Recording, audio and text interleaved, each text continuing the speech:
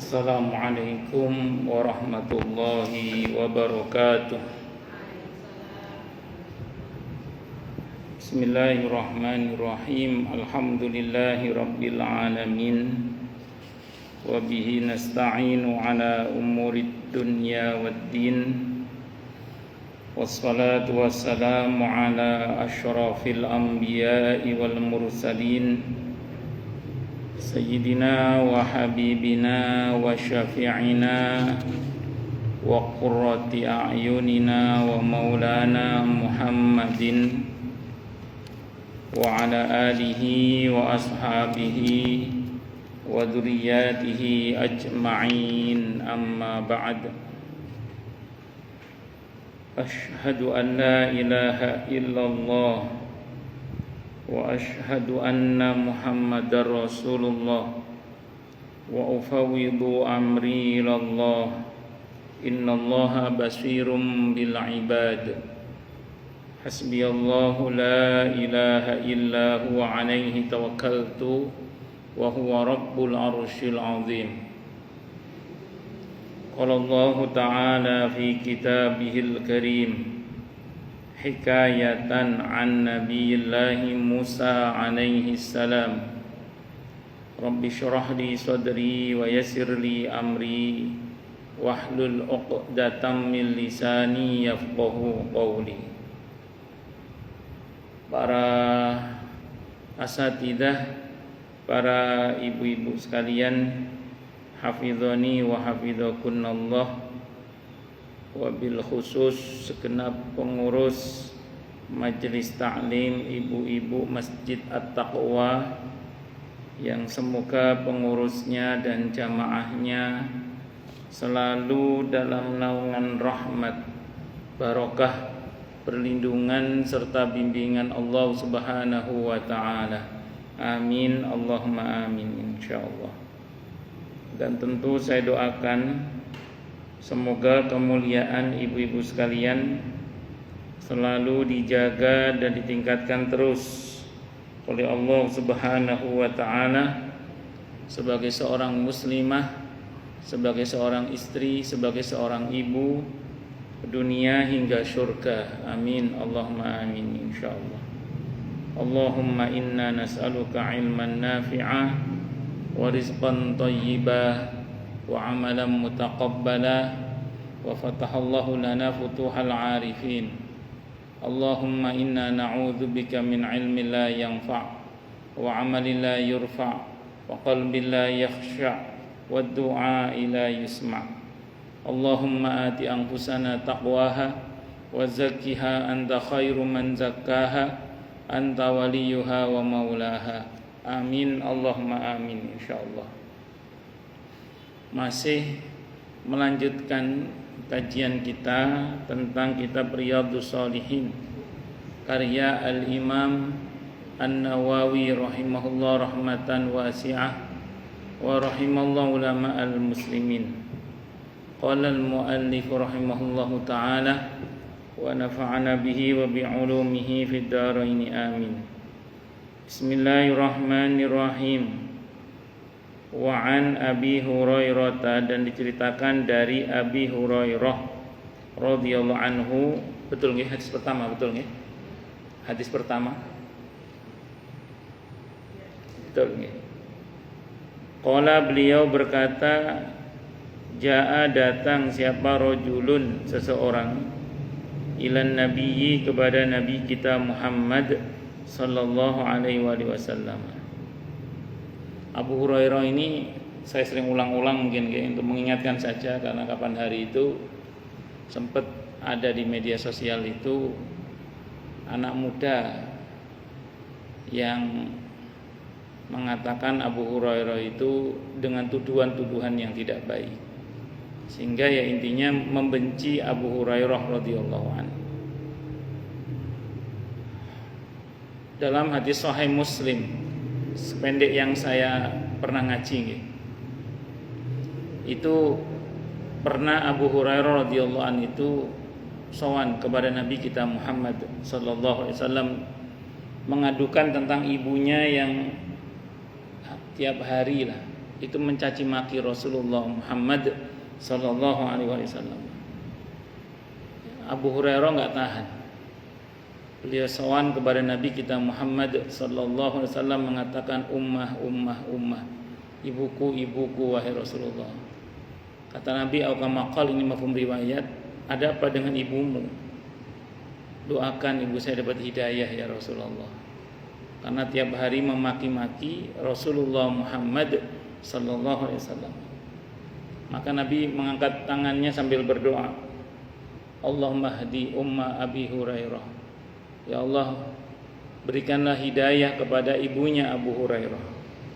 Itu belum turun tangannya Nabi kita Muhammad sallallahu alaihi wasallam, Abu Hurairah sudah lari menemui ibunya.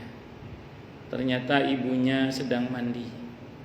Begitu selesai mandi, kata ibunya, antarkan saya menemui Rasulullah Muhammad sallallahu alaihi wasallam. Kata Abu Hurairah, untuk apa wahai ibu? Takutnya mau maki-maki Rasulullah kan. Saya mau masuk Islam katanya. Akhirnya ibunya Abu Hurairah masuk Islam di hadapan Rasulullah Muhammad sallallahu alaihi wasallam. Dan Abu Hurairah terus minta didoakan, ya Allah, doakanlah saya agar saya ini mencintai kaum muslimin dan dicintai kaum muslimin, atau mencintai orang-orang yang beriman dan dicintai orang-orang yang beriman. Maka kemudian Nabi mendoakan agar orang-orang beriman itu mencintai Abu Hurairah radhiyallahu an, dan Abu Hurairah juga mencintai orang-orang yang beriman. Makanya kalau sampai ada orang gitu ya, kalau sampai ada orang membenci Abu Hurairah radhiyallahu an, maka iman Islamnya itu mengkhawatirkan gitu. Jadi kalau sampai ada orang yang membenci Abu Hurairah radhiyallahu an, itu iman Islamnya itu mengkhawatirkan. Kenapa? Karena beliau dijamin dalam hadis Sahih Bukhari, hadis Sahih Muslim, karena beliau sudah didoakan oleh Nabi kita Muhammad sallallahu alaihi wasallam agar beliau mencintai orang-orang yang beriman dan dicintai oleh orang-orang yang beriman. Maka bersyukurlah pada Allah kalau panjenengan, saya, kita semua alhamdulillah masya Allah termasuk orang-orang yang mencintai Abu Hurairah radhiyallahu anhu. Karena beliau ini sahabat Nabi yang paling banyak meriwayatkan hadis. Menurut sebagian para ulama tidak kurang dari 5.000 hadis yang sahih yang diriwayatkan dari Abi Hurairah radhiyallahu anhu. Itu seperti itu. Makanya saya ulang sekali lagi, patut kita bersyukur dan alhamdulillah masya Allah kalau kita termasuk yang hingga detik ini mencintai Abu Hurairah radhiyallahu anhu. Dan patut segera ditaubati kalau sampai ada yang percaya dengan provokasi untuk tidak menyukai Abu Hurairah radhiyallahu anhu. Saya nggak usah sebut kelompoknya lah yang nggak suka sama Abu Hurairah. Ada, nanti kalau sebutkan si A, si B ada yang Anda tahu sendiri. Qala, beliau berkata, siapa Abu Hurairah radhiyallahu an, jaa datang rajulun seseorang ilan Nabi kepada Nabi kita Muhammad sallallahu alaihi wasallam. Faqala, maka berkata siapa orang tadi yang datang kepada Nabi kita Muhammad sallallahu alaihi wasallam. Kata orang itu, inni majhudun, sesungguhnya saya sangat lapar. Farsala ila ba'di nisaihi, maka beliau mengutus orang itu agar datang kepada sebagian para istri beliau. Karena dulu rumah Nabi itu semacam posko, jadi menjadi posko pengaduan segala macam masalah, termasuk perut lapar. Di rumah Nabi dulu itu posko dulu. Allahu Akbar. Faqalat, Maka berkata siapa salah satu dari istri beliau radhiyallahu anha, "Walladzi ba'atsaka bil haqq ma 'indi illa ma'un." Demi zat yang telah mengutus engkau wahai Nabi dengan benar, saya tidak punya apa-apa kecuali air saja. Tsumma arsala ila ukhra. Kemudian Nabi mengutus laki-laki tadi kepada salah satu dari istrinya yang lain. Faqalat, maka berkata siapa istri beliau yang lainnya itu, misla dzalika, seperti itu juga. Hatta qulna, hingga kami berkata, kulluhunna misla dzalik. Kayaknya semuanya gitu deh, enggak punya makanan kecuali hanya air. Kita alhamdulillah Bu, di rumah ada banyak makanan nggih. Alhamdulillah, Masya Allah. Nabi kita Muhammad SAW bahkan pernah mengalami keadaan seperti ini, di mana tidak ada apa-apa kecuali air di dalam beliau. La walladzi ba'atsaka bil haqq ma 'indi illa ma'un. Tidak demi zat yang telah mengutusmu wahai Rasulullah dengan benar, tidak ada di sisiku kecuali air saja. Faqala, maka bersabda siapa Nabi kita Muhammad sallallahu alaihi wasallam, man yudhifu hadzal lailata. Man, siapakah yang sanggup menjamu tamu ini, maksudnya laki-laki ini pada malam ini. Jadi Nabi itu kalau nggak mampu menolak, tadinya Nabi itu ada masa beliau nggak mampu juga, dan beliau harus pernah nggak mampu supaya beliau tidak dituhankan kan. Nah, beliau mengajarkan kepada kita kalau nggak mampu ya disuruh datang ke orang lain. Begini. Ini harus saya terangkan juga ini. Ketika datang seseorang kepada kita minta tolong dan kita tidak mampu menolong, maka silahkan diutus datang ke orang lain. Tapi tetap harus mengukur ya, kepada siapa dia harus datang, dan siapa yang kita suruh datang, dan siapa kita terhadap orang yang kita suruh datang itu. Harus diukur itu. Karena kalau enggak, takutnya kejadian yang enggak enak nanti itu. Saya masih ingat dulu itu. Saat itu saya masih di Surabaya saat itu. Masih di Surabaya. Tahun 2004. Ya 2004. Tahun 2004-an kira-kira. Saya kan masuk Jakarta 2005. 2004-an kira-kira, 2004. 2003 2004. Ada ibu-ibu, dia punya rumah yatim. Katanya, nggak tahu betul apa enggak, saya nggak tahu. Saat itu hadir di pengajian saya. Di pengajian saya dia, sebelum saya datang beliau udah datang minta bantuan ke orang-orang itu. Nah, sebelumnya itu ada jamaah saya, beliau seorang pengusaha ya. Beliau bilang ke saya begini, saat itu tapi bilang ini, saya, Ustadz, kalau Ustadz mau bikin pesantren, kalau minta bantuan ngomong ke saya aja, nanti saya bantu, bilang gitu. Karena saya sedang saat itu insya Allah dan saat ini juga masih belum bikin pesantren. Jadi ya saya nggak minta bantuan, saya memang alhamdulillah, masya Allah, nggak butuh bantuan saat itu gitu. Nah, terus saya ngomong ke ibu itu, saya ada nomor telepon seseorang yang pernah nawarkan bantuan ke saya. Ibu datang ke saya, ke dia aja untuk minta bantuan. Akhirnya orang itu datang ke sana, maksud saya itu untuk minta bantuan. Rupanya dia saat itu masih zamannya telepon ya, belum zamannya HP. Sudah ada sih, tapi saya masih jarang. Saya belum punya HP saat itu, saya masih pakai telepon pesantren saya. Jadi belum bisa langsung mengakses menghubungi itu belum bisa. Nah, saat itu orang ini menemui jamaah saya itu, ngomongnya kalau menurut laporan dia salahnya nggak nanya ke saya dulu. Jadi yang bersangkutan ini langsung main kasih aja. Jadi orang ini ke situ bukannya minta bantuan, pinjam uang. saat itu kalau saya nggak salah nyebut angka 15 juta saat itu tahun 2004, 15 juta untuk anak-anak yatimnya katanya.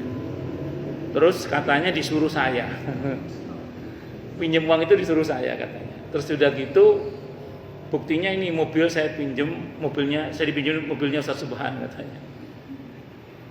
Ya Allah, jadi ada model orang begitu itu. Setelah kejadian itu baru orangnya tahun 2005 itu baru orangnya telepon saya. Setelah berurusan sama orang itu nggak selesai. Ya saya bilang sama beliau, loh ibu kok nggak ngomong sama saya kalau itu utusan saya atau tidak. Kalau saya nyuruh dia minta bantuan ke suami ibu betul tidak salah. Tapi kalau pinjam uang saya nggak pernah nyuruh gitu. Kalau pinjam uang saya nggak pernah nyuruh. Terus saya dan saat saya ditanya memang saya betul-betul belum punya mobil. Karena saat itu motor pun saya juga tidak punya. Nah, silakan dicek aja di data-data kepolisian kalau memang saya punya mobil atau motor aja saya nggak punya saat itu. Dan saya nggak pernah nyuruh dia. Ya akhirnya saya persilakan untuk diselesaikan sendiri karena itu sudah di luar apa namanya di luar apa yang saya beritahu sebatas untuk minta bantuan saja kan. Rupanya dia berbuat lebih rupanya. Itu seperti itu. Ya percayanya gara-gara katanya saya nyuruh itu satu. Makanya hati-hati juga sih kalau nyuruh orang. Sejak itu saya terus agak trauma nyuruh orang. Tidak berani saya. Saya kalau apa namanya ada di Kementerian BUMN itu juga sama itu. Ya kalau Ustadz yang merekomendasikan saya kasih bantuan deh. Tapi saya nggak berani sekarang itu. Kapok saya itu. Gara-gara sekali kejadian seperti itu. Iya, salah gunakan itu. Itu dulu saat saya masih aktif mengajar di sana ya. Itu badan ambil zakatnya itu kalau Ustadz yang ngomong kita kasih deh. Saya nggak berani udah kapok. Ya, jadi makanya bisa ngukur ya siapa yang akan kita bantu, terus kemudian kemana bantuan itu kemana kita akan mintakan bantuan untuk yang bersangkutan itu, dan siapa kita terhadap orang itu, karena itu bisa merusak reputasi juga itu. Dan saya masih ingat setelah itu HP saya hilang setelah itu. Yang tahun 2005 saya sudah punya HP itu, saya punya HP. HP saya hilang ceritanya itu, saya masih ingat HP saya hilang. Terus nomor-nomornya hilang itu, akhirnya lost kontak, lama nggak terhubung sama orang jamaah saya itu. Sampai sekarang saya nggak tahu gimana kabarnya itu. Padahal saya sudah komitmen mau datang, tapi sudah hilang semua HP saya. Dan saat itu saya nyoba memperbarui nomor saya harus ke Grapari Surabaya saat itu. Nggak kayak sekarang kan bisa di mana aja. Dulu harus pulang ke Surabaya. Saya ke Surabaya itu. Ke Surabaya punya nomor 2 saat itu saya itu. Nggak kuat ngempanin nomor saya itu. Sampai akhirnya nomornya mati. Iya sudah hilang HP ini kontaknya. Akhirnya nomornya juga mati juga, nggak kuat ngempani nomor saat itu. Ya namanya juga masih baru-baru. Nah ceritanya gitu. Makanya jenengan tetap hati-hati. Sama dengan itu merekomendasikan mantu itu. Kan ada orang minta dicarikan calon suami gitu ya. Saya nggak sebut namanya karena kejadiannya di daerah sini, tapi saya nggak sebut ya. Nonton nggih. Iya itu ya Allah, saya nggak nyangka itu. Ya saya tahunya kan kesehariannya dengan saya kan baik, muamalahnya baik, nggak ada masalah. Ternyata bikin heboh di kampung. Ya saya enggak. Allahraham suaminya telepon saya. Aduh Pak ngapunten lek ngeteni pun tanglet kula ngeten iki. Itu di luar. Ya saya bukan tidak mau menasihati orangnya, saya nggak lagi kumpul sama saya. Kalau orangnya ada bisa saya tegur langsung. Orang udah nggak bareng sama saya itu. Itu saya agak trauma juga itu Gus itu. Sampai nikah.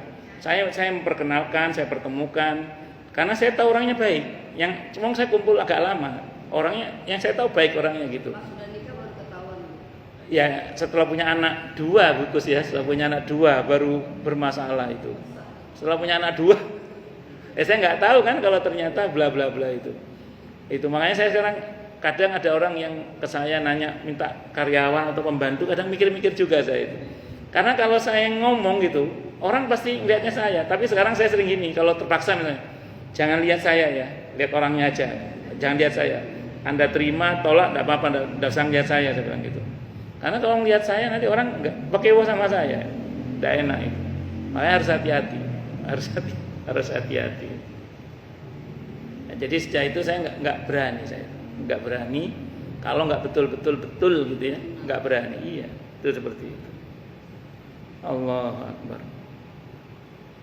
Nah, kemarin itu orang datang ke rumah minta rekomendasi beasiswa dari Basnas, minta macam-macam lah, ada yang datang minta rekomendasi untuk jadi pegawai petugas haji macam-macam.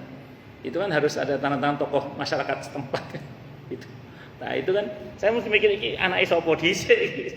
Tunggu dulu nanti saya rekomendasikan ternyata enggak ada masalah di belakang hari kan ya saya rekomendasi ruwet urusan. Akhirnya saya minta teman-teman untuk ngecek di lingkungannya bagaimana orang anak ini gitu. Bukan apa-apa, kan takut. Iya betul itu. Itu seperti itu. Memang harus hati-hati lah ini. Jadi hadis ini benar, tidak salah. Tapi pastikan posisi panjenengan itu sejelas seperti posisi Nabi kepada para sahabatnya dan sejelas orang yang dibantu itu. Gitu. Jadi pastikan yang dibantu ini orang-orang yang memang yang layak untuk dibantu. Itu seperti itu. Bisa dimengerti ya. Nah, itu sekedar hati-hatilah nonton ini.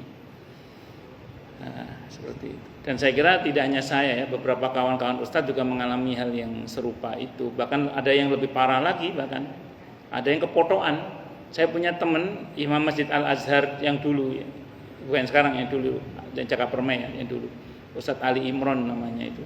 Itu pernah kepotokan 1 miliar lebih itu. Ya gara-gara itu, gara-gara orang, ya kan beliau mesti bertanggung jawab kan. Ya nyatut nama beliau itu dan beliau bertanggung jawab dan saat itu sampai ente-entean beliau itu tapi dengan izin Allah ya cepat diganti dengan izin Allah. Dan itu kejadian. Mas hati-hati mawon nggih. Saya juga harus hati-hati, harus banyak berdoa sama Allah, harus banyak minta tolong kepada Allah. Jadi rekomendasi orang kepada orang lain atau kepada satu lembaga itu juga harus hati-hati. Jadi hadis ini saya ulang benar, tidak salah hadis ini. Cuman pastikan konteksnya harus cocok juga gitu. Jangan sampai konteksnya nggak cocok gitu. Kalau nggak cocok nanti alih-alih benar malah jadi masalah itu. Itu seperti itu. Allahu Akbar.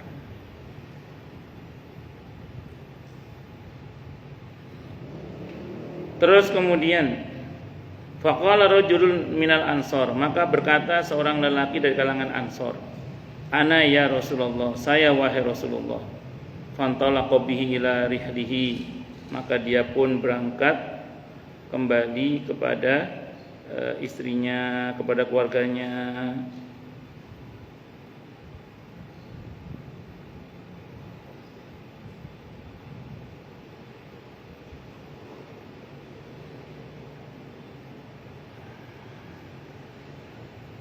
Faqala rohlihi itu aslinya kemah. Berarti dulu itu ya mungkin karena rumahnya enggak permanen kali ya.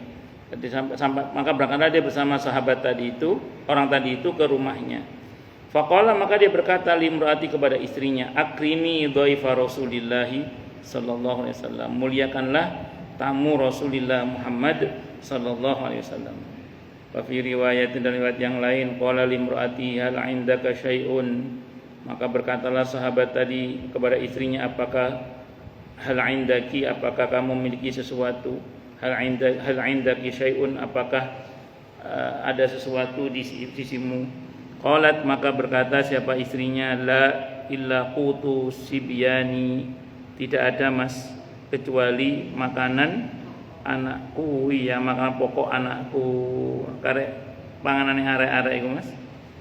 Qala maka berkata laki-laki tadi Ansor tadi, fa'allilihim bi syai'in wa id aradul asya fanawwimihim. Allah. Kata laki-laki itu kepada istrinya,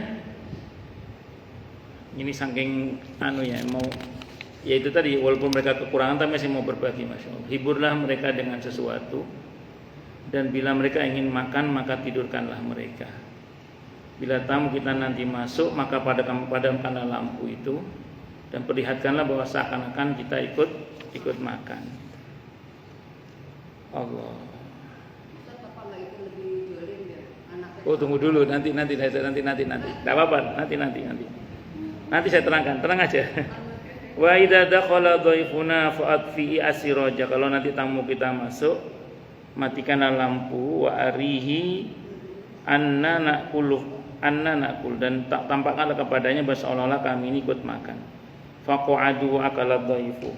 Maka mereka pun duduk wa akala dan makan ad-dhaifu tamu tadi. Wa bata tawiya ini. Dan keduanya pun bermalam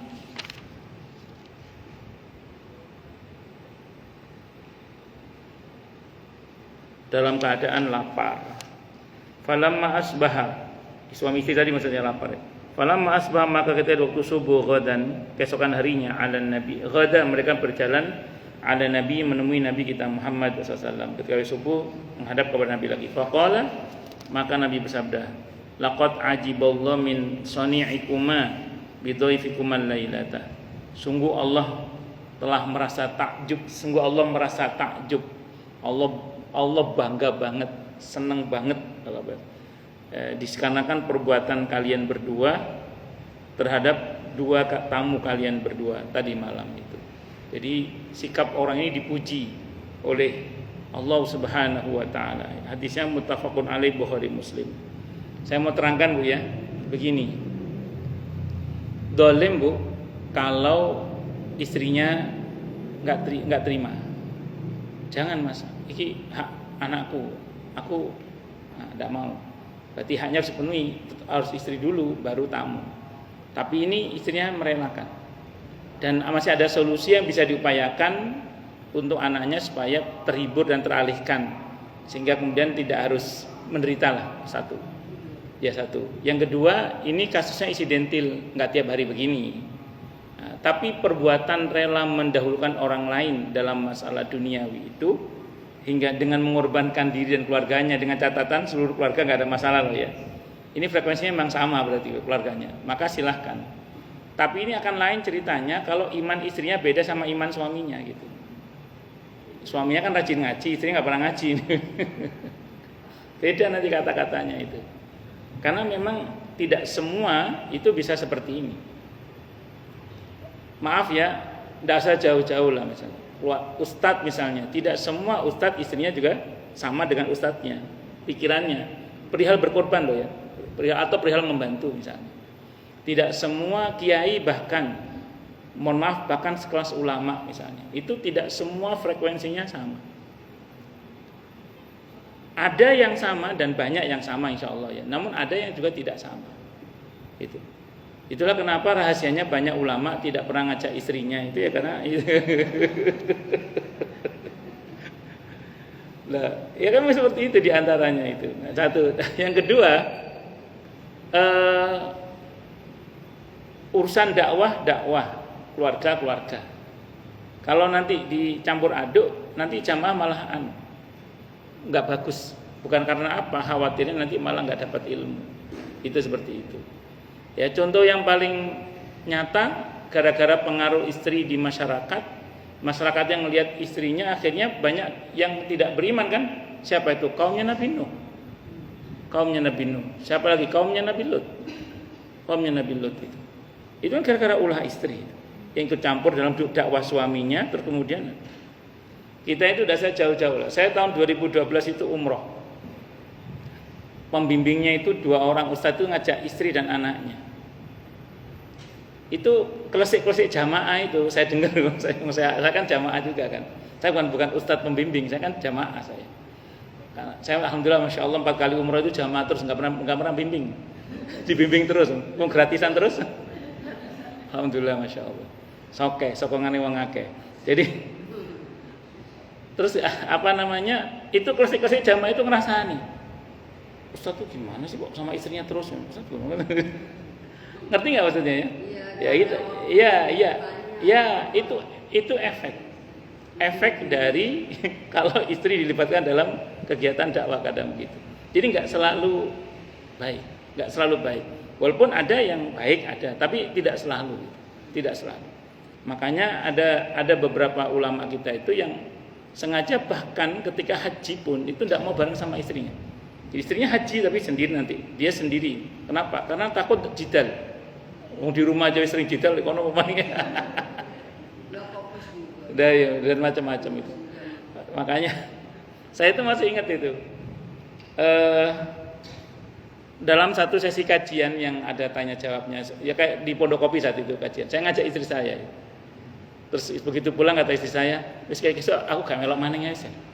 Apa? Saya ikut itu jamaah sampean ndak kayak kalau sampai ada saya. Gak kayak kalau pas nggak ada saya. Kalau nggak ada saya itu pertanyaan lancar jamaah itu. Aku dorong takon, aku gak melok kesuk aku. Ya wis akarepe sampean. Dan macam-macam itu. Jadi ya betul kesenangan nggih. Ya, makanya dalam hal ini kalau istri sama suaminya sefrekuensi ya enak gitu. Tapi kalau nggak sefrekuensi ya rada repot. Dan saya ulang, ini tidak hanya terjadi pada sekelas orang biasa, bahkan terjadi pada sekelas para nabi dan rasul, apalagi di bawahnya para ulama, dan apalagi di bawahnya lagi levelnya para ustadz. Saya ada seorang kiai ahli falak, beliau ahli falak. Ahli falak itu kan ahli astronomi Islam itu loh. Itu kalau ada waktu-waktu tertentu mana beliau ngajar di rumah. Tapi begitu ada suara istrinya teriak gitu, langsung kata kiai, kita pindah ke musola saja. Jadi itu ada begitu itu. Jadi ya saking ya namanya iya manusia kan dengan aneka problematika rumah tangganya. Itu ada begitu. Jadi di tengah-tengah kita ngaji itu, begitu ada suara teriakan dari istrinya itu kata kiainya, kita pindah ke musola aja, kita ngaji ke musola aja. Itu seperti itu. Itu macam-macam, apa? Macam-macam. Ceritanya macam-macam. Hadisnya muttafaqun alaih Bukhari Muslim. Jangan les kenal kali ustadznya, enggak harus kenal sama istrinya. Gemen takutnya malah kecewa jenengan. Kok gak cocok ya? Ya jangankan sekelas ustadz, sekelas kiai, sekelas ulama, sekelas nabi saja itu terjadi. Kita tahu dalam Al-Quran itu yang Allah sebut baik sekeluarga itu cuman siapa coba di Al-Quran ini? Cuman 3. Yang Allah sebut baik sekeluarga itu di Al-Quran cuman 3. Berarti yang lain gak dijamin oleh Allah kan? Ya, pertama Nabi Ibrahim alaihissalam. Yang kedua keluarga Imran keluarga. Ini maksudnya keluarga ini suami, istri sampai anak bahkan sampai cucu ya, sampai level cucu. Itu terutama suami, istri, anak terutama lah. Sampai level cucu kalau Nabi Ibrahim sampai level cucu, Imran sampai level cucu, Nabi juga sampai level cucu. Itu tidak ada masalah. Memang betul-betul baik. Jadi suami, istri, anak sampai level cucu. Terus terakhir Nabi kita Muhammad sallallahu alaihi wasallam. Itu hanya 3 keluarga itu yang disebut sebagai sekeluarga baik. Iya, Nabi Ibrahim uswah hasanah di Al-Qur'an cuma 2 kalau uswah hasanah dalam Al-Qur'an. Nabi Ibrahim alaihissalam dan Nabi Muhammad sallallahu alaihi wasallam. Itu dalam Al-Qur'an. Makanya Nabi Ibrahim dengan seluruh istrinya, seluruh putra-putrinya sampai cucu itu Nabi Yakub lahir itu Nabi Ibrahim masih ada, masih nututi Nabi Yakub. Tapi setelah itu cicit beda mana yang nggih? Karena ada konflik Nabi Yusuf sama saudara-saudaranya itu. Saya beda lagi itu. Sampai situ nggak ada masalah. Dia dinilai baik itu jadi anggap baik guys. Terus Imran, Siti Maryam sampai Nabi Isa alaihissalam. Imran itu imam masjid. Seolah-olah Allah mau bilang kalau dibilang itu kan nabi, ini ada yang bukan nabi ini. Itu Imran, hanya imam masjid. Tapi Imam Masjidil Aqsa. Imam Masjidil Aqsa punya istri namanya Hanna. Punya putri Maryam, terus kemudian punya cucu Nabi Isa alaihissalam. Ini beliau istri dan seluruh putra-putrinya karena nanti beliau juga punya saudara namanya Harun. Jadi putrinya kan Siti Maryam, punya saudara namanya Harun, ya ukhta Haruna itu dan seterusnya itu. Nanti di bawahnya lagi ada Nabi Isa alaihissalam. Emang Imran juga Islam, bukannya dia kepala rakyat gitu? Apa? Kan dia ngikut ajaran, semua ajaran Nabi Islam, semuanya. Semua ajaran Nabi itu Islam. Cuman beliau dari Bani Israel. Dari Bani Israel. Saat itu nabinya kan Nabi Zakaria, nabinya Nabi Zakaria. Beliau pengikut Nabi Zakaria beliau. Terus yang terakhir Nabi kita Muhammad sallallahu alaihi wasallam. Nabi Muhammad SAW seluruh istrinya, seluruh putranya kan meninggal saat masih kecil ya, dan seluruh cucunya itu baik semuanya. Nah, itu makanya beliau sebut baik sekeluarga, dan tidak semuanya disebut oleh Allah sekeluarga baik. Berarti sekelas para nabi dan rasul pun itu tidak jaminan. Apakah tidak mendidik? Jangan tanya. Para nabi dan rasul nggak mungkin khianat. Para nabi dan rasul tidak mungkin khianat. Pasti mendidik keluarganya, pasti mendoakan keluarganya. Tapi namanya manusia, pasti ada keterbatasannya. Semua terkembali pada penciptanya, yaitu Allah Subhanahu wa Ta'ala. Itu sekelas nabi dan rasul, sekelas orang-orang soleh yang disebut dalam Al-Quran saja, tidak semuanya disebut baik sekeluarganya. Apalagi yang kelas orang kita itu. Ini saya sampaikan biar Anda itu nggak kaget kalau suatu saat ketemu lo kok. Kaget dan nggak sedih. Oh iya betul. Karena kan nun sewu nggih, ketika ada seorang ustadz yang skala nasional meninggal dunia misalnya, terus ada beberapa kejadian di rumah tangga putranya dengan gonjang-ganjing yang aneh-aneh macam-macam itu, kan semua pada bertanya ke saya saat itu, loh gitu ya. Oh ya sosok kaget. Ya sing ngono iku ya ono, tapi kan ndak kabeh ngono ngoten lho. Ya, bisa dipahami mboten nggih? Yes, macam-macam. Ya, semoga Allah perbaiki keluarga kita semuanya. Amin Allahumma amin insyaallah. Pun. Jadi gitu ya Bu Ana ya. Jadi ini tidak zalim, pertama karena memang frekuensinya sama, enggak ada masalah, dan ini insidentil, tidak setiap hari begini juga gitu. Itu seperti itu. Jadi kalau sekali waktu kita, kalau seringnya saya sampaikan secara parsial lah, sesekali waktu kita itu berkorban untuk orang lain dengan mengorbankan diri kita, ya itu tidak ada masalah, dan itu sebuah kebaikan.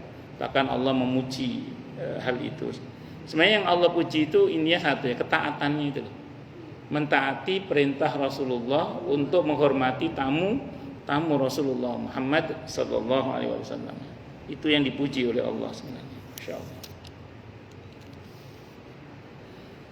Wa anhu, dan diceritakan dari Abi Hurairah radhiyallahu anhu qala, beliau berkata, qala bersabda siapa Rasulullah sallallahu alaihi wasallam, ta'amul isnaini ka fi salasati, memberi makanan yang cukup dimakan untuk 2 orang itu cukup untuk dimakan 3 orang. Jadi makanan untuk 2 orang cukup dimakan 3 orang. Wa ta'amu salasati ka fil arba'ati, makanan 3 orang cukup untuk dimakan 4 orang. Muttafaqun alaih, Bukhari Muslim. Jadi sebenarnya kalau kita makan sepiring cukup, itu sepiring untuk kita itu sebenarnya cukup untuk berdua sebenarnya. Nah, tapi dengan catatan kalau ada berkahnya. Kalau nggak ada berkahnya, jangankan sepiring berdua, 2 piring sendiri pun itu juga nggak akan kenyang itu. Kan ada sepiring berdua, kan ada 2 piring sendiri kan juga ada. Itu kalau nggak ada berkahnya, walaupun 2 piring sendiri itu nggak kenyang gitu. Tapi kalau ada berkahnya, sepiring berdua pun kenyang insya Allah. Tapi piringnya talam gitu ya. Nampan. Kalau di sini barangkali yang sempat ngetren itu ibu-ibu makan apa itu, nasi liwet pakai daun pisang gitu ya. Iya, sempat ngetren itu. Jarang saya lihat orang kalau hajatan makan pakai nampanan. Kalau di Surabaya di pesantren saya yang di Dresmo itu sampai detik ini insya Allah masih menjadi tradisi kalau ada acara makan besar gitu ya, artinya acara nanti ada makannya itu talam-talam itu yang keluar. Itu di daerah Dresmo Surabaya itu masih begitu. Kalau di Kuitang masih nggih? Oh, di Kuitang. Luar Batang masih nggih? Oh, alhamdulillah. Kula dereng nate tumon soalé. Bukan ndak ada, berarti ada nggih? Nggih. Oh, makan-makan nggih. Nggih, drum. Masaknya pakai drum. Oh, nggih. Saking akeh nggih. Nggih. Nggih. Wa fi riwayatin kalau barokah itu ya, enggak tahu gimana ceritanya itu ya cukup aja. Saya masih ingat tahun berapa ya, tahun 90-an akhir lah. Itu ada acara di pondok saya itu, acara pengajian. Saat itu ada haulnya kiai saya ingat saya itu di Kencong Jember itu. Haulnya Kiai Johari Zawawi rahimahullah. Tahun 97, 98 itulah kira-kira. 97 atau 98 itu. Nah, itu diperkirakan yang hadir itu sekian ribu orang gitu. Anggaplah yang datang kira-kira 1.500 kira-kira gitu. Yang datang kira-kira 1.500 misalnya gitu. Ternyata begitu acara pengajian yang datang itu banyak. Padahal konsumsi yang disiapkan itu kira-kira ya cuma 1.500. Yang datang itu kira-kira 3.000 gitu. Wah, berarti kan iya pasti kurang nih. Menurut teori pasti kurang ya. Seingat saya itu santri nggak masak lagi, yang ada itu dikeluarkan, bismillah dikeluarkan. Yang saya ingat itu bukan cuma cukup, lebih. Padahal sudah dibungkus-bungkus itu dikeluarkan. Nggak cuma cukup, lebih dengan izin Allah. Iya, itu namanya barokah itu namanya. Ya biidznillah, dengan izin Allah Subhanahu wa taala. Itu namanya karomatul auliya. Wa fi riwayatin dan riwayat yang dan makanan yang dimakan dengan tangan banyak, maksudnya dimakan bareng gitu ya. Itu adalah makanan yang paling disukai oleh Allah. Dalam sebuah hadis riwayat Abu Ya'la, hadisnya sahih, atau kama qala Nabi bersabda, ahabbu ta'ami ilallahi kasratul aid. Jadi makanan yang paling dicintai oleh Allah adalah makanan yang dimakan dengan tangan banyak, maksudnya dimakan bareng-bareng gitu. Jadi nggih ngoten. Iya betul gitu. Nah, jadi kalau kita makan bareng-bareng itu adalah makanan yang paling dicintai oleh Allah. Nah, makanya kalau makan ngajak-ngajak. Wa fi riwayatin dalam riwayat li Muslimin bagi Imam Muslim an Jabir radhiyallahu anhu anin Nabi dari Nabi kita Muhammad sallallahu alaihi wasallam qala beliau bersabda ta'amul wahidi yakfi lisnain, makanan untuk satu orang cukup untuk dua orang, wa ta'amul lisnaini yakfi al arba'ata, makanan dua orang cukup untuk 4 orang, wa ta'amul arba'ati yakfi asamaniyata, makanan 4 orang itu cukup untuk 8 orang. Tapi dengan catatan ini kalau ada keberkahannya ya. Kalau nggak ada keberkahannya ya tadi.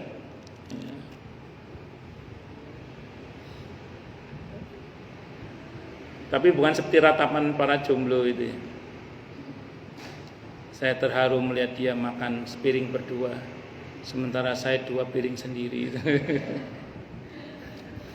Wa an Abi Sa'id, dan cerita dari Abu Sa'id Al-Khudri radhiyallahu anhu qala, beliau berkata, bainama nahnu fi safarin, ketika kami dalam sebuah perjalanan, ma'an nabi, bersama dengan nabi kita Muhammad sallallahu alaihi wasallam, idja'a rajulun, tiba-tiba datang seorang lelaki ala rahilatin lahu, dengan kendaraannya. Datang seorang dengan berkendaraan, maksudnya yang berkendaraan di atas kendaraannya. Faja'ala yadribu basarahu yaminan wa shimalan, maka dia kemudian menoleh ke kanan dan ke kiri. Faqala, maka bersabda siapa Rasulullah sallallahu alaihi wasallam, man kana ma'ahu fadlu dhahrin falya'ud bihi ala man la dhahara lah. Siapa yang punya kelebihan kendaraan, maka hendaklah ia memberikannya kepada orang yang tidak mempunyai kendaraan. La dhuhralah itu ya. Falya'ud bihi ala man la dhuhralah. Wa man kana ma'ahu fadlun min zadin falya'ud bi ala man la zadalah. Maka barang siapa yang punya bekal lebih, hendaklah dia berikan bekal itu kepada orang yang tidak punya bekal.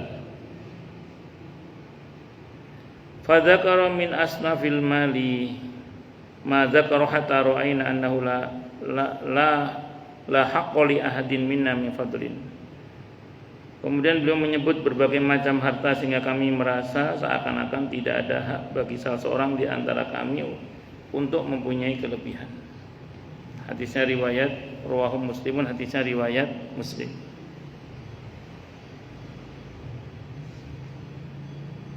Saya nggak tahu siapa laki-laki itu ya.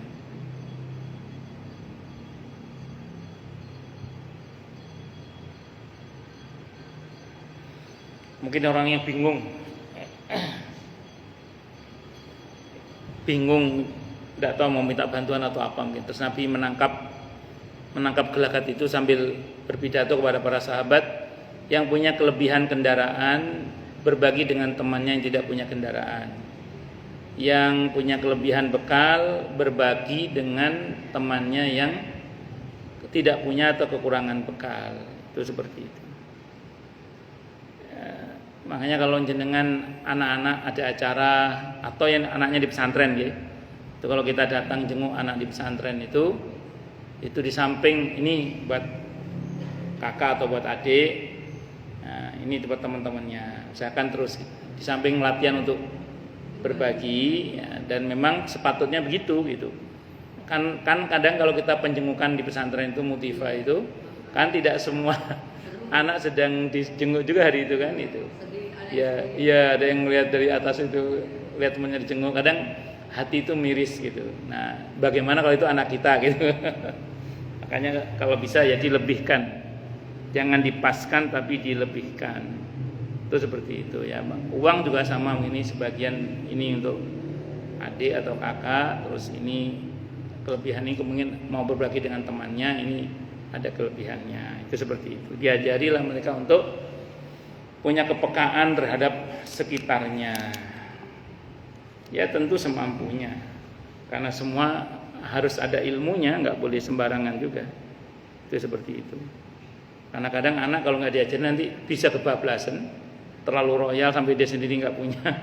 Nanti ujungnya malah mengeluh. Itu yang Allah tidak mau kan. Makanya kan kata Al-Quran, jangan pelit, tapi jangan terlalu royal begini juga. Nanti takutnya di belakang hari menyesal. Fatak udah malumam mahsur. Jadi ajari, semua ada ilmunya, penuhi haknya, hak diri sendiri terlebih dahulu baru orang lain.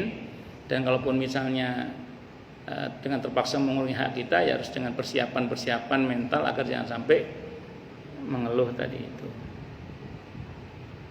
Wa an Sahal bin Sa'ad radhiyallahu anhu, dari Sahal bin Sa'ad radhiyallahu anhu, annam ra'atan, sungguhnya ada seorang wanita ja'at datang ilan Nabi, kepada Nabi kita Muhammad SAW. Datang wanita itu kepada Nabi kita Muhammad SAW bi burdatin, dengan membawa burdah, selimut tenunan. Bi burdatin mansujatin, dengan burdah atau selimut yang tertenun atau yang ditenun. Faqalat, maka berkata siapa wanita tadi, nasajtuha bi biyadi liaksuwakaha, aku telah menenunnya dengan tanganku agar aku bisa memberikannya kepadamu untuk dipakai. Fa akhadaha, maka mengambil selimut itu siapa Nabi kita Muhammad SAW, muhtajan ilaiha, karena beliau memang butuh selimut itu. Fa kharaja, maka beliau keluar ilaina, menemui kami. Wa innaha izaruhu, dan sesungguhnya selimut itu adalah sarung beliau. Jadi beliau keluar menemui para sahabat dengan membawa selimut tadi itu dalam keadaan dipakai sebagai sarungnya. Faqala fulan, maka berkatalah seseorang fulan, uksuniha ma'ahsanaha. Orang ngomong, alangkah bagusnya selimut itu, saya ingin memakainya, kata orang itu. Faqala, maka bersabda siapa Nabi kita Muhammad SAW, na'am, ya. Fajalasan Nabi, maka duduk siapa Nabi kita Muhammad SAW fil majlis, di dalam majlis. Summa raja, beliau pulang, fatawaha, summa arsala biha ilaihi. Kemudian beliau melipat sarung itu untuk mengirimkannya kepada orang yang menginginkannya tadi. Faqala lahul qaumu, maka berkata kepadanya siapa kaum? Maka kaum sekelompok sahabat berkata kepadanya, ma ahsanta labisahan Nabi sallallahu alaihi wasallam muhtajan ilaiha summa sa'altahu wa 'alimta annahu la yarudda sa'ilan. Kalau bahasa kita, tidak baik bagimu kain yang sudah dipakai Nabi kita Muhammad SAW, sedangkan beliau sangat membutuhkan, lalu kamu minta, padahal kamu tahu bahwa beliau tidak akan menolak orang yang meminta. Wah, kamu ngawurin jaluk ke Nabi, padahal Nabi itu senang loh sama apa, butuh ke selimut itu kamu minta. Kamu tahu Nabi itu nggak bisa nolak permintaan seseorang. Faqala, maka berkata orang itu, ini wallahi, ini sungguhnya aku, wallahi demi Allah, ma sa'altuhu li albasaha, demi Allah aku memintanya tidak untuk aku pakai sebenarnya. Inna ma sa'altuhu litakuna kafani, bahwasanya aku memintanya agar kain selimut itu menjadi kain kafanku. Qala berkata siapa rawi? Qala Sahal berkata siapa Sahal? Fakanat kafanu, maka adalah burda itu menjadi kain kafannya dia. Rawal Bukhari, hadis riwayat Al-Bukhari. Nabi itu asal ada ya, diminta ya dikasih. Saya punya teman seorang ustadz, tapi saya belum bisa mengamalkan. Tapi saya cerita saja ya. Saya punya teman. Kalau belum berubah namanya Ustadz Mariono Sutari. Kenal nggak betul? Betul Bang. Namanya Ustadz Mariono Sutari. Betul Bang. Ustadz Mariono Sutari. Nah, beliau doktor beliau. Itu jangan sampai kayak saya kalau ketemu beliau ngomong misalnya, wah bajunya bagus Ustadz, dilepas kasih. Mungkin dulu di mobil ada stok baju yang lain. Betul itu. Tidak boleh ngomong begitu. Kapan hari ketemu dengan saya, tasnya bagus. Hampir saya ngomong tasnya bagus. Saya tahan. Sampai ngomong api, di neno tas tasing golek gawe. Itu begitu beliau. Nah, dulu di Banyuwangi itu ada kiai namanya Kiai Nurdin, Allah yarham. Kiai Nurdin. Itu namanya kiai itu kalau di kampung kan kadang sarungnya, kalau kiai yang punya pondok rata sarungnya bagus. Nah, terus ada jamaah itu ngomong, sarungnya saya kiai, dilepas kasih itu. Sarung yang kalau sekarang harganya mungkin 400.000, 600.000 itu. Bahkan ada sarung harganya 3 juta. Tidak tahu sarung apa yang 3 juta itu. Jadi dikasih sama beliau Kiai Nurdin itu. Oh, berarti kiainya muda ya, mboten mlebu dhisik ganti sarung.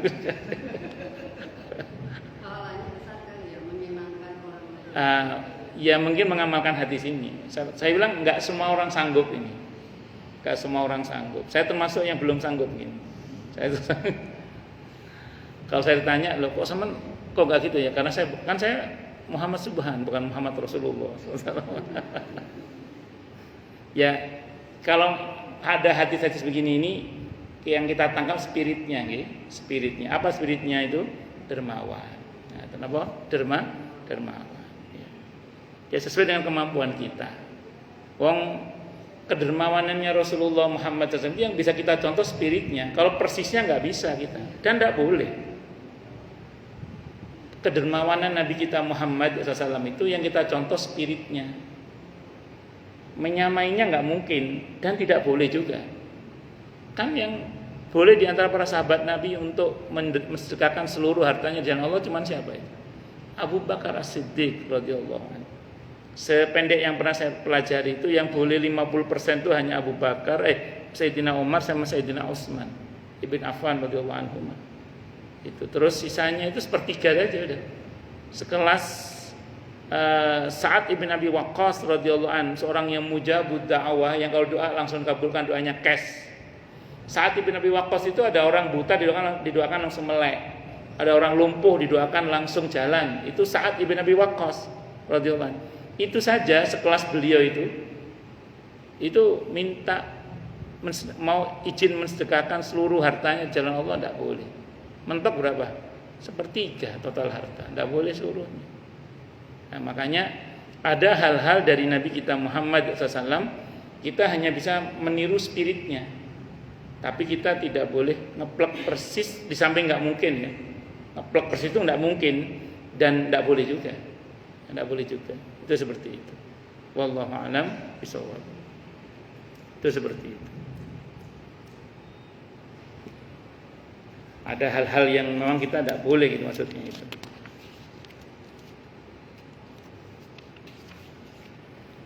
Wa an Abi Musa al-Asy'ari radhiyallahu anhu. Tapi jangan dipukul rata teori ini ya. Jangan dipukul rata karena kalau dipukul biasanya enggak rata, benjol. Saya pernah sampaikan sini. Ini contoh yang enggak boleh dipukul rata. Ini contoh.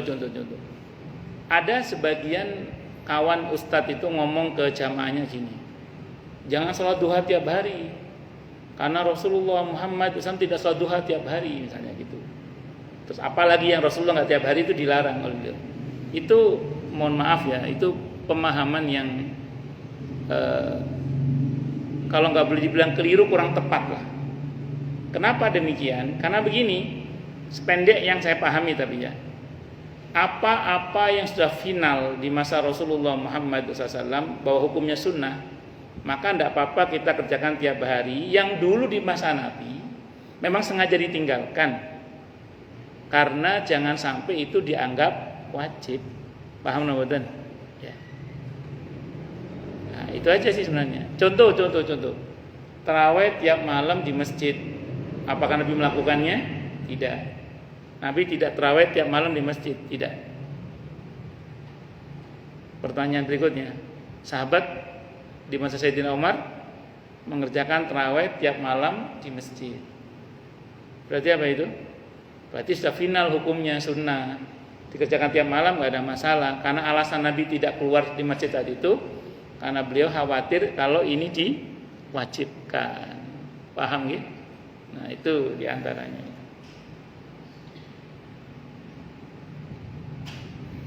Wa an Abi Musa al-Asy'ari radhiyallahu anhu, dan cerita dari Abi Musa al-Asy'ari radhiyallahu anhu, qala, beliau berkata, qala, bersabda siapa Rasulullah sallallahu alaihi wasallam.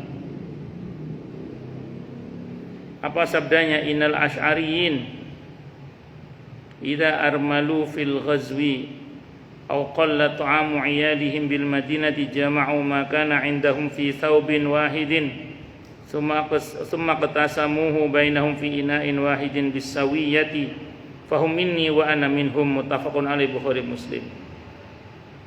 Innal asy'ariyin, sesungguhnya orang-orang Asy'ari, idza armalu, bila persediaan mereka fil ghazwi, dalam peperangan, au qalla tu'amu 'iyalihim bil madinati, bila persediaan mereka dalam peperangan hampir habis, atau makanan bagi keluarga mereka di Madinah itu tinggal sedikit, maka jama'u makana indahum, maka mereka mengumpulkan sisa-sisa yang ada pada mereka, fi saubin wahidin, di dalam baju yang satu. Semakatasamuhu, kemudian mereka membagi-baginya, bainahum, di antara mereka, fi ina'in, dalam satu wadah, wahidin, yang satu, bisawiyati, dengan pembagian yang sama.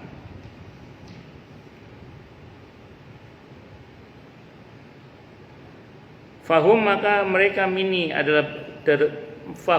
maka mereka ada dalam golonganku, dari golonganku, wa ana minhum, dan aku juga termasuk golongan mereka. Itu sangat senangnya Nabi, mereka itu ya golonganku, aku dalam golongan mereka. Muttafaqun alaihi, Bukhari Muslim. Jadi ini tindakan yang dipuji ya oleh Nabi dalam bentuk, menurut Anda apa maknanya ini?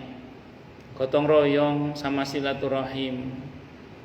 Jadi ketika mereka persediaan makanannya sudah mulai habis, dikumpulkan semua makanan itu, dimasak bareng-bareng, dibagi bareng-bareng, ben iso ngrasakno mangan bareng-bareng.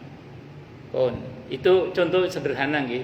Saya mau pahamkan lebih konteks ya, lebih kontekstual ya. Saya itu punya paman, Pak Le, adiknya ibu saya. Nah, Pak Le saya ini punya istri. Istrinya ini punya keluarga. Nah, wis paham nggih? Bawa cerita. Jadi punya keluarga. Nah, keluarganya, istrinya Pak Le saya ini, berarti bule saya ini, itu orang kampung itu kan punya sawah, nggih. punya sawah. Jadi dapat warisan sawah. Dapat warisan apa? Sawah.